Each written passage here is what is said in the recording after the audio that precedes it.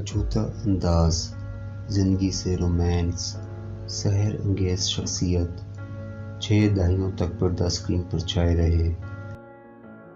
Bollywood superstar Dev Anand ने लाखों करोड़ों दिलों पर बरसों हुक्मरानी की। बोलने का अंदाज सबसे जुदा, लहक लहक कर चलना, गले में स्कार्फ, सर पर बैगी टोपी। देव आनंद हमेशा नौजवान ही रहे। मुनफरिद स्टार ने फिल्म बीनों को मोहब्बत के नए मानी से रोशनास करवाया। 26 सितंबर 1923 को शकरगढ़ में आंख खोली। गवर्नमेंट कॉलेज लाहौर से ग्रेजुएशन किया। फिल्मों के शौक में 1943 में बम्बई चले गए। लाहौर से बम्बई का रुख करने के बाद देव आनंद की ज़िंदगी इब्तिदा में जदोजहद में गुजरी। तकरीबन 1 साल तक नौकरी करने के बाद हिंदुस्तानी ड्रामा एसोसिएशन से वाबस्ता उनके बड़े भाई चेतन आनंद ने इन्हें अपने साथ काम करने का मौका दिया। उन्होंने छोटे मोटे किरदार अदा करना शुरू कर दिए। चेतन आनंद ही देव आनंद के लिए रोल मॉडल थे। वो इन्हीं को कॉपी करने की कोशिश करते थे। देव आनंद ने 1946 में फिल्म हम एक हैं से इंडस्ट्री में कदम रखा। 1948 में फिल्म जिद्दी उनके फिल्मी कैरियर की पहली हिट फिल्म साबित हुई। कौन आया रे करके ये 16 सिंगार, ओ कौन आया। देव आनंद ने एक्शन की बजाय रोमांटिक किरदारों को ज़्यादा तरजीह दी और यही उनकी पहचान बनी। तुझे जीवन की डोर से बांध लिया है तेरे जुल्मों सितम सर आंखों पर। देव आनंद कॉलेज के दिनों में मारूफ शायर हफीज़ जहालंदरी की गज़ल अभी तो मैं जवान हूँ बहुत गुनगुनाते थे। 1951 में उन्होंने फिल्म बाजी बनाई। उसके बाद जाल, टैक्सी ड्राइवर, इंसानियत, CID, पेइंग गेस्ट और काला पानी में काम किया। मंजिल, जब प्यार किसी से होता है, हम दोनों, असली नकली और तेरे घर के सामने जैसी फिल्मों से फिल्म बीनों के दिलों में रोमांटिक इमेज बनाया। तेरे घर के सामने एक घर बनाऊंगा, दुनिया बसाऊंगा तेरे घर के सामने। देव आनंद ने हदायतकार के तौर पर भी खुद को मनवाया। गाइड उनकी बनाई हुई सबसे मकबूल 3 फिल्मों में से एक है। 1965 में बनाई गई ये फिल्म इनके फिल्मी कैरियर में संग मील की हैसियत रखती है। गाइड देव आनंद के फिल्मी कैरियर की पहली फिल्म भी थी।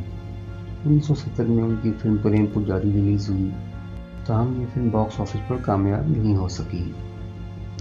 1971 में फिल्म हरामा हरे कृष्ण की कामयाबी के बाद उन्होंने हीरा अन्ना, तेज परदेस, लूट मार, स्वामी दादा और अव्वल नंबर समेत कई फिल्मों की हिदायतकारी की। चार्जशीट उनके कैरियर की आखिरी फिल्म साबित हुई।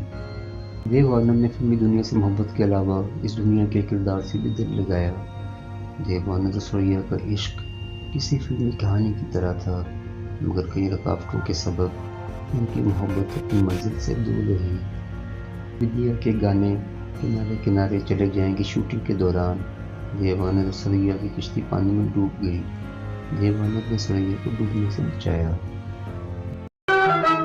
किनारे किनारे चले जाएंगे जीवन की नैया को खेते हुए। बॉलीवुड की सीनियर अदाकारा जीनत अमान मानती हैं कि उन्हें देव आनंद साहब ने ही स्टार बनाया। सुरैया और जीनत अमान के अलावा देव आनंद ने वहीदा रहमान, नौतन, मधुबाला, मीना कुमारी, गीता बाली और हेमा मालिनी समेत अपने दौर की सफ़े अव्वल की तमाम हीरोइंस के साथ स्क्रीन पर हुक्मरानी की। 1999 में जब पाकिस्तान और भारत के दरमियान दोस्ती बस सर्विस का आगाज़ हुआ तो देव आनंद भी इस वक्त के वज़ीर-ए-आज़म अटल बिहारी वाजपेयी के हमरा लाहौर आए। 55 साल बाद लाहौर आने पर उनकी खुशी का कोई ठिकाना ना रहा। उन्होंने गवर्नमेंट कॉलेज लाहौर में अपनी दहाइयों पुरानी यादें भी ताज़ा की। भारतीय हुकूमत ने 2001 में उन्हें आला शहरी एजाज़ पद्म भूषण अवार्ड से नवाजा। 2002 में उन्हें दादा साहब फाल्के का एजाज़ भी दिया गया। देवानंद को कई फिल्म फेयर एजाज़ात भी हासिल हुए। उनकी बनाई हुई फिल्म गाइड ऑस्कर के लिए भी नामजद हुई थी। देवानंद से बॉलीवुड नहीं बल्कि हॉलीवुड में भी अपनी सलाहियतें मनवाने में कामयाब रहे। उन्होंने अपनी फ़नी ज़िंदगी में 114 फिल्मों में काम किया, जिसमें से 114 में उन्होंने सोलो लीडिंग रोल अदा किए। देवानंद ने सियासत में भी किस्मत आजमाई की, अपनी सियासी जमात भी बनाई, मगर इश्क की तरह यहाँ भी नाकामी का मुँह देखना पड़ा। देवानंद साहब की ज़िंदगी से मुतल्लिक़ ये अल्फाज खूब जचते हैं। देवानंद अपनी ज़िंदगी जीते थे, उन जैसे अदाकार मर के भी नहीं मरते।